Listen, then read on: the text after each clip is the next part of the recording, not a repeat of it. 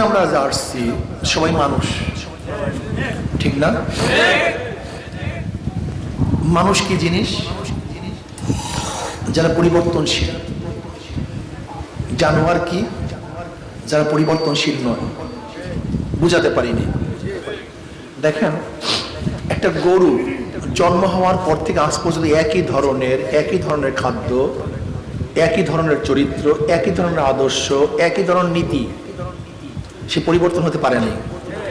কি পারছে নাকি? দেখেন তো। কিন্তু মানুষ, একজন মানুষ খারাপ ছিল, এখন ভালো। কেউ নাস্তিক ছিল, এখন কেউ আস্তিক। কেউ চুরি করত, এখন সে সবসময় নামাজ পড়ে। আগে মদ পান করত, এখন মদ ফেলে দিয়েছে। আগে মূর্খ ছিল, এখন শিক্ষিত। চেঞ্জ। আগে এক নীতি ও আদর্শ গ্রহণ করতে, এখন ভিন্ন নীতি ও আদর্শ গ্রহণ করছে। ঠিক না ভাই? তাহলে মানুষ পরিবর্তনশীল, মানুষ কিছু গ্রহণ করতে পারে। এ তো মানুষের পরিচয়। এরপর মানুষের মধ্যে বিভিন্ন নীতি ও আদর্শ মানুষ আছে না? কেউ হিন্দু, কেউ খ্রিস্টান, কেউ বৌদ্ধ, কেউ মুসলমান, কেউ নাস্তিক। কেউ শুধু দুনিয়া নিয়ে চিন্তা করে, আখিরাতে কি হবে না হবে এই চিন্তা তাদের মধ্যে নেই। এরকম আছে না? দেখেন, যারা শুধু দুনিয়া নিয়ে চিন্তা করে, খাবো বাঁচবো, খাওয়া চাই, বাঁচা চাই, শুধু দুনিয়া। আমার কবরের উপায় কি, কিয়ামতের উপায় কি, মিজানের উপায় কি, পুলসরাতের উপায় কি, এই চিন্তা তাদের মাথার মধ্যেই নেই। কিরকম লোক কি নাই ভাই? কোনো চিন্তা নাই। কবরে কি হবে, কিয়ামতে কি হবে, হিসাব নিকাশ বাদ দাও এগুলি। কোথা থেকে এসছে? তারা শুধু দুনিয়া নিয়ে গবেষণা করে, দুনিয়া নিয়ে চিন্তা করে, দুনিয়ার উন্নয়নের চিন্তা করে। যারা একেবারে আল্লাহকে অস্বীকার করে আখিরাত চিন্তাই করে না, এদেরকে আমরা নাস্তিক বলি। এদেরকে আমরা কি বলি? নাস্তিক বলি। আর যারা আল্লাহকে বিশ্বাস করে, পরজগৎকে বিশ্বাস করে, এদেরকে আমরা আস্তিক বলি। ঠিক না? এখানে আমরা যে আসছি, আমরা আস্তিক না নাস্তিক? আমরা আল্লাহকে বিশ্বাস করি কি করি না? যেহেতু আমরা আল্লাহকে বিশ্বাস করি, কাজে আমাদের চিন্তা ভাবনা শুধু দুনিয়া নিয়ে হবে না, বরং দুনিয়া ও আখিরাত। দুনিয়া ও আখিরাত। দুনিয়ার মুক্তি, আখিরাতের মুক্তি। দুনিয়ার কল্যাণ, আখিরাতের কল্যাণ। এই দুই চিন্তা নিয়ে আমাদেরকে সামনে কাজ করতে হবে। হ্যাঁ, যারা আস্তিক, আল্লাহকে বিশ্বাস করেন, তাদের সাথে আমার কথা, যুক্তি, নীতি ও আদর্শ এক হবে। কিন্তু যারা আখিরাতকে বিশ্বাস করে না, তাদের সাথে আমার মিলবে না, মিলতে পারে না। এই কথা ঠিক না? এবার আসুন, ইসলামী আন্দোলন বাংলাদেশ কি চায়? ইসলামী আন্দোলন বাংলাদেশ চায় ইসলামের ভিত্তিতে দুনিয়া এবং আখিরাতের মুক্তি পাওয়া। এবং তারা বিশ্বাস করে ইসলামের বাহিরে যত আদর্শ ও নীতি আছে, তার মধ্যে দুনিয়াতেও মুক্তি নাই, আখিরাতেও মুক্তি নেই। তারা প্রমাণ করতে চান। আজকে আমাদের দেশ স্বাধীন হয়েছে 50 বছরের উপরে, ঠিক না?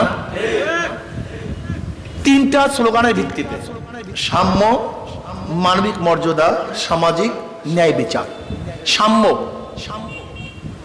আমরা সবাই সমান। কে ধনী, কে গরিব, কে শিক্ষিত, কে মূর্খ, কে মুসলমান, কে হিন্দু, কে আওয়ামী লীগ, কে বিএনপি, কে জাতীয় পার্টি, কেউ জাসদ, কেউ বাসদ, কে চরমনাই দেখার বিষয় নয়। আমরা বাংলাদেশের নাগরিক হিসাবে আমরা সবাই সমান, সাম্য। কিন্তু আমি প্রশ্ন করতে চাই, এখন কি সাম্যতা আছে? আপনারা বলেন। যে দল করে সমস্ত সুযোগ সুবিধা তাদের, যারা দল করে না তাদের কোনো সুযোগ সুবিধাই নাই। যারা দল করবে তাদের চাকরি আছে, যারা দল করবে না চাকরির কাছেও যেতে পারবে না।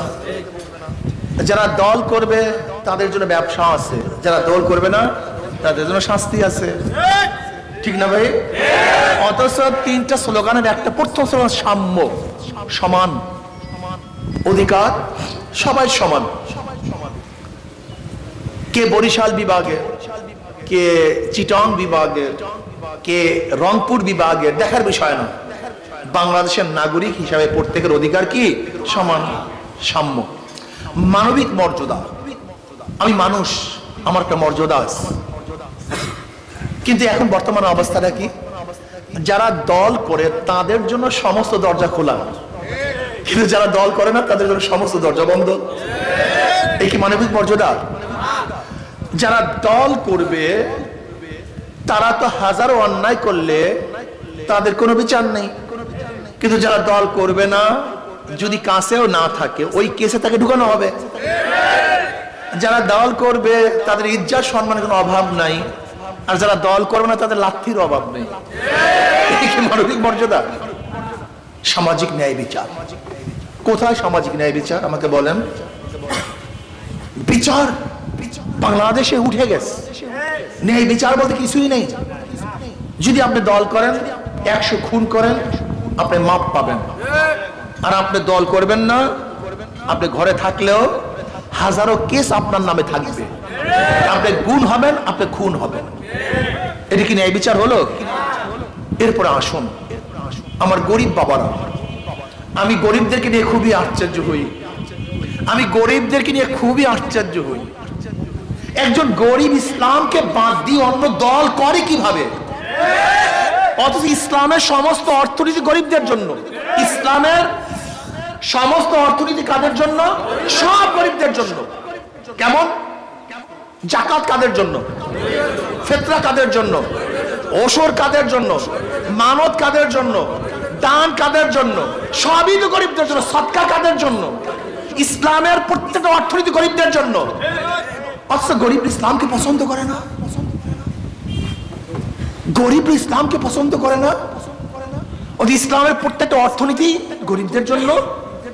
আমার নবী আলাইহিস সালাতু ওয়াস সালাম গরিব ছিলেন।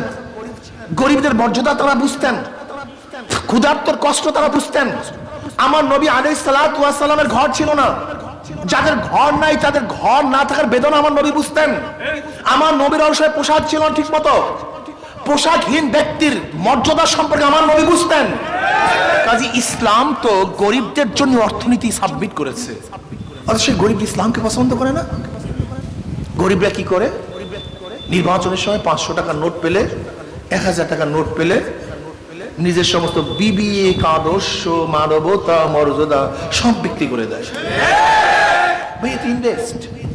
আমি 1000 টাকা আপনার ভোট ক্রয় করছি, আমি 1 কোটি 5 কোটি টাকা কামাই করব। কিন্তু আমরা যারা আছে আমরা টাকা দিব কোথার থেকে? আমরা তো চোর না, আমরা তো টাকা আপনার লুটপাট করি নেই। আপনি কি জানেন একজন শাসকের যারা দায়িত্বশীল থাকে তারা কত টাকা যে চুরি করে তা চিন্তাও করা যায় না। আপনি দেখেন গতকালকে পত্রিকা, প্রথম আলো পত্রিকা দেখেন, গতকালকে প্রথম আলো পত্রিকা দেখেন, আওয়ামী লীগের সাধারণ সম্পাদক ওবায়দুল কাদের সাহেব কি বলেছেন? আওয়ামী লীগ করে কোটি কোটি টাকা পাচার করেছে। আওয়ামী লীগ করে কোটি কোটি টাকা আওয়ামী লীগরা পাচার করেছে। গতকালকে বলছে, আমাদের কথা না, প্রথম আলোর মতো রিপোর্ট আসছে। ফরিদপুরে এক জনসভায় বলছেন হাজার হাজার কোটি টাকা পাচার হয়ে গেছে। আপনি কি জানেন এই কয় বছরে কত লক্ষ টাকা পাচার হয়েছে? কত লক্ষ কোটি টাকা? 15 লক্ষ কোটি টাকা 10 বছরে পাচার হয়েছে। 15 লক্ষ কোটি টাকা। বুঝেন, আসলে আমরা অনেকেই জানি না 15 লক্ষ কোটি টাকা কি। বাংলাদেশের বাজেট হলো, 1 বছরের বাজেট হলো, এই যে বাংলাদেশের সব কিছু বাজেট করে, সেই 1 বছরের বাজেট হলো 5 থেকে 6 লক্ষ কোটি টাকা। এই গোটা বাংলাদেশের বাজেট হলো 5 থেকে 6 লক্ষ কোটি টাকা। আর এই 10 বছর শুধু পাচার হয়ে গেছে, বিদেশে চলে গেছে 15 লক্ষ কোটি টাকা। 3 বছরের বাজেট। অথচ আপনার এবং আমার টাকা, আপনার এবং আমার ঘাম ঝরানো টাকা, এই কৃষক শ্রমিক মজদুরদের টাকা। আপনি বুঝছেন আমি তো কর দেই না, আমি তো ভ্যাট ট্যাক্স দেই না, বরং আমাকে তো সরকার দেয়। আপনি জানি না আপনি কখন দেন। আপনি কি কাপড় কিনছেন না? লুঙ্গি কিনছেন না? কিনছেন? জানেন এই লুঙ্গিটা আসার জন্য কতগুলি স্তর পার হয়ে আপনার কাছে আসছে? যখন তুলা ইম্পোর্ট করছে সেখানে ভ্যাট ট্যাক্স দিতে হয়েছে, যখন মিলে ঢুকছে সেখানে ভ্যাট ট্যাক্স দিতে হয়েছে, যে বিলের মধ্যে তৈরি হয়েছে সেই মিল করতে ভ্যাট ট্যাক্স দিতে হয়েছে, যখন মিল আলা সুতা বের করছে তখন সেখানে ভ্যাট ট্যাক্স দিতে হয়েছে, যখন এইটা আপনার পাইকারের কাছে বিক্রি করছে তখন সেখানে ভ্যাট ট্যাক্স দিতে হয়েছে। আপনারা এই পর্যন্ত আসতে জানেন এই কাপড়দের উপর কতবার ভ্যাট ট্যাক্স হয়েছে? এই টাকা কাদের? যেই টাকা আপনি কিনতেছেন এখন 500 টাকায়, ওই ভ্যাট ট্যাক্স এত না দিতে হইতো সেই কাপড়টি কিনতে পারতেন মাত্র 150 বা 200 বা 300 টাকায়। আপনার টাকা। আপনি ভাবতেছেন হুজুর আমি রিক্সা চালাই, কোথায় আমি ভ্যাট ট্যাক্স দিই? আপনি কি রিক্সায় পেট্রোল কিনছেন না? রিক্সার মধ্যে স্পোক কিনছেন না? টায়ার কিনছেন না? ঋণ কিনছেন না? এগুলো আসছে কোথার থেকে? এটা আপনার ভ্যাট ট্যাক্সের পয়সা। আপনার চাউল ক্রয় করতেছেন, তৈল ক্রয় করতেছেন, নিত্য প্রয়োজনীয় দ্রব্য ক্রয় করতেছেন, এর প্রত্যেকটার মধ্যে আপনি টাকা দিচ্ছেন। আমি কথাটা বুঝাতে পারছি?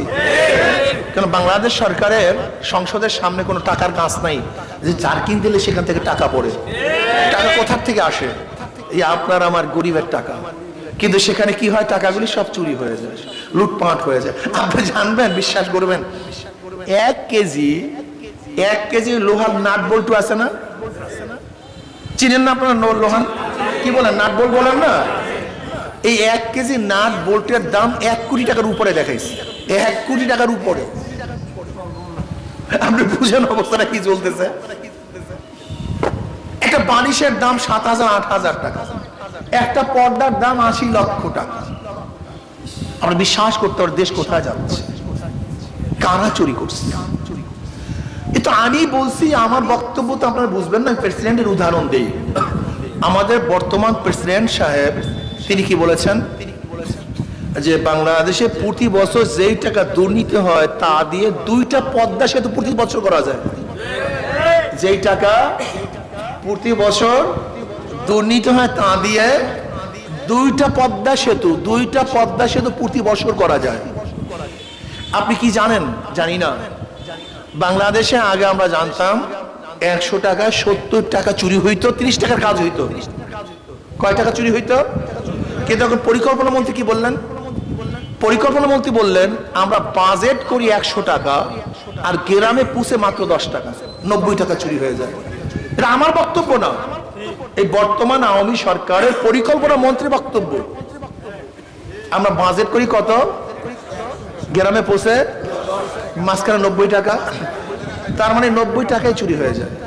করবেই না বা কেন? আপনি যদি 100 টাকা দিয়ে ভোট বিক্রি করছিলেন, ওই যে আপনি 500 টাকা দিয়ে ভোট বিক্রি করছিলেন, ওই যে আপনি 1000 টাকা দিয়ে ভোট ডাকাতদেরকে বিক্রি করেছিলেন, এই জন্য তারা চুরি করে। যাই হোক, এত দুনিয়ার কথা বললাম। এবার আসুন, যারা ওই দল করে তারা খসরাত দুনিয়া, দুনিয়াতেও তারা ধ্বংস, কিন্তু আখিরাতের অবস্থাটা কি হবে আমাকে বলেন? অথচ মুসলমান, আমি বিশ্বাস করি দুনিয়া আমার শেষ না, পরবর্তী একটা জিন্দিগি আছে।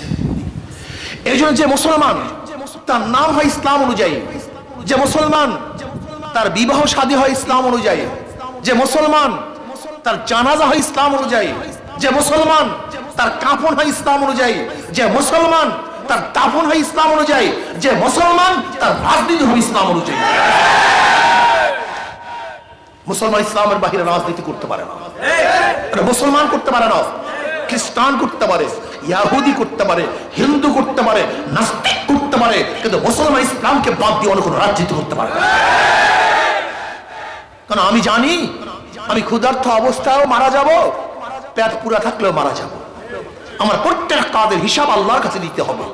কাজে মুসলমান ইসলামকে বাদ দিয়ে আমি রাজনীতি করতে পারি না। কি পারি নাকি? আমার নেতা জনাব মুহাম্মদ রাসূলুল্লাহ সাল্লাল্লাহু আলাইহি ওয়াসাল্লাম এর বাহিরে আমি কাউকে নেতা মানতে পারি না। কাজে আজকের থেকে আমি কমপক্ষে প্রত্যেকটা মুসলমানকে বলবো, তোমার এবং আমার আদর্শ ইসলাম, নীতি ও আদর্শ ইসলাম, ইসলামের বাহিরে আমি কোনো নীতি ও আদর্শ মানতে পারি না, মানবো না ইনশাআল্লাহ। কাজে আসুন, এই দেশটাকে ডেভেলপ করার জন্য এবং আখিরাতে মুক্তি পাওয়ার জন্য ইসলামী আন্দোলনে আমরা সবাই অন্তর্ভুক্ত হই। 2টা ফায়দা, দুনিয়াতে মুক্তি পাবেন, আখিরাতেও কামিয়াবি হয়ে যাবেন। কিন্তু আওয়ামী লীগ কি বলে যে আমাদের দল করো তোমরা কবরে মুক্তি পাবা, বিএনপি কি বলে আমাদের দল করো তোমরা কিয়ামতের ময়দানে আরশে নিচে জায়গা পেয়ে যাবে, জাতীয় পার্টিকে বলছে আমাদের দল করো তোমরা পুলসিরাত পার হয়ে চলে যাবা। কিন্তু আমরা বলতে পারি ইসলামিক দল করো, ইনশাআল্লাহ দুনিয়াতে মুক্তি পাবা, আখিরাতে মুক্তি পাবা। কেন? কারণটা কি? আমরা চাই কোরআন ও সুন্নাহর আইন বাস্তবায়ন করার জন্য, কোন পীর কোন ব্যক্তির আইনকে বাস্তবায়ন করতে চাই না। আল্লাহ আল্লাহ রাসূলের আইন বাস্তবায়ন করার জন্য যে চেষ্টা করবে, সাধনা করবে, আল্লাযীনা জাহাদু ফিনা লানাহদিয়ান্নাহুম সুবুলানা, আল্লাহ পাক তাদের জন্য পথ খুলে দেবেন। কাজে আসুন ইসলামী আন্দোলন করি, দুনিয়া তো মুক্তি পাই, আখিরাত তো মুক্তি পাই। আল্লাহ পাক আমাদের সবাইকে ইসলামী আন্দোলনে সংযুক্ত হওয়ার তৌফিক দান করেন। কি করবেন না ইনশাআল্লাহ? আপনারা কি আমার যুবক বাবারা করবেন না ইনশাআল্লাহ? আমার যুবকরা যদি জাগ্রত হয়, মুসলমান যুবকরা যদি জাগ্রত হয়, তাই বেঈমানরা দেশ থেকে পালাতে বাধ্য হবে। কাজে যুবকরা, তোমাদের অনুরোধ করব, অন্য কোনো দল, কোনো মত ও আদর্শ আমরা করব না, আমরা একমাত্র ইসলামী আদর্শই মানবো। রাজি আছেন ইনশাআল্লাহ যুবকরা? কি পুরোপুরি রাজি আছেন ইনশাআল্লাহ? কে রাজি? আল্লাহু আকবার, নারায়ে তাকবীর, আল্লাহু আকবার।